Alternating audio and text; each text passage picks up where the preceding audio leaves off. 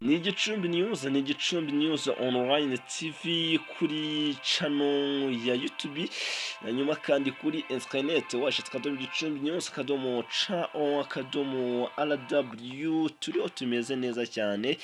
Twizera ko izo mbuga zacu ngari muradukurikirana umunsi ku munsi kuri Facebook, Twitter, Instagram ndetse na Vidimenta, hose Gicumbi News tumeze neza cyane. Tubifurije no gutangira umwaka wa 2023 mu mahoro, nta kibazo mufite hirya no hino hagiye hatandukanye, abari mu majyaruguru, mu majyepfo, iburasirazuba, irengerazuba ndetse n'umujyi wa Kigali. Twizera ko mumeze neza, tukambuka abantu badukurikirana bari hanze y'u Rwanda bumva ururimi rw'ikinyarwanda. Twizera ko namwe mukomeza kugenda mugubwa neza cyane muri rusange.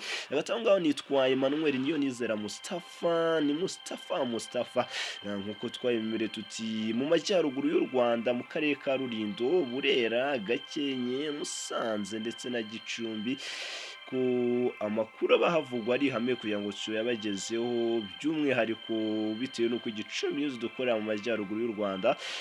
Uyu munsi tugiye kugaruka mu majyaruguru y'u Rwanda n'ubundi muri akarere ka Gicumbi, aho umuturage yarwanyije umupolisi aramurasa arapfa.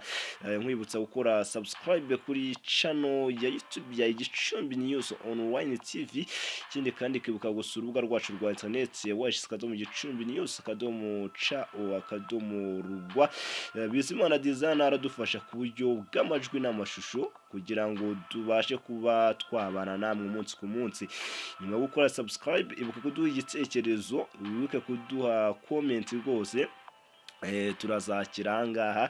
Ikindi kandi mujye mwibuka no kudusangiza abandi mukoze wanditse share, kugira ngo n'abatabashe kutwumva nabo babashe kuba batwumva muri rusange. Uyu munsi reka tugaruke mu karere ka Gicumbi. Mu karere ka Gicumbi uyu muturage warwanyije umupolisi aramurasa arapfa. Ibi byabaye kuri iki cyumweru tariki ya mbere Mutarama 2023 mu masaha y'igicamunsi hagana saa 8:30 mu mudugudu wa Gisiza mu kagari ka Nyamuye mu murenge wa Byumba mu karere ka Gicumbi.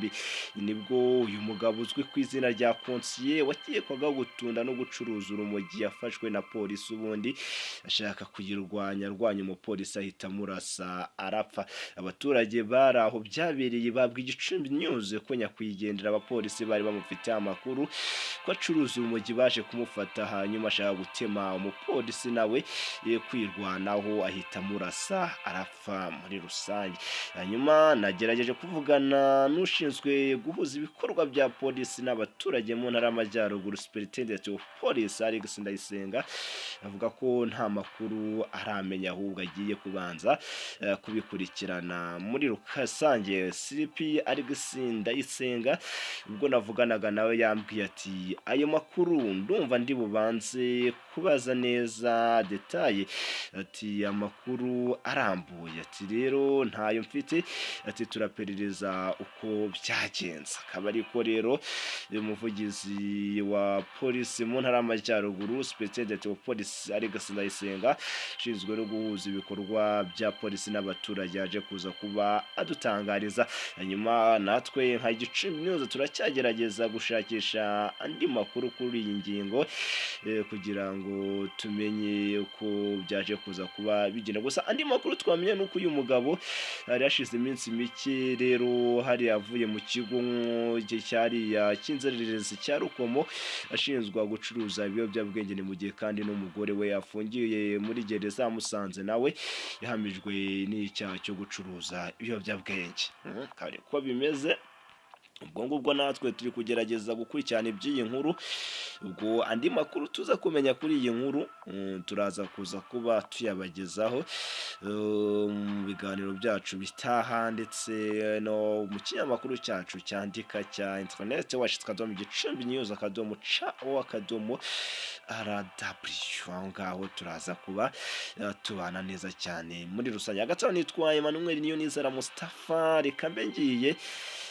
Abantu mwese mutanye umwaka wa 2023, twizera ko mukomeza kugenda mumererwa neza, ubwo n'abantu barwaye kimwe nanjye dukomeze kurwara ubukira, hanyuma twinjiye mu uyu mwaka mu mahoro, tuzabashe kuryoherwa nawo. Bye bye. Bizimana design nawe akomeza kugenda agira umwaka mushya muhire, kari umuyobozi wa Gicumbi News Group Media Limited. Muse kugira umunsi mwiza n'umwaka mushya muhire.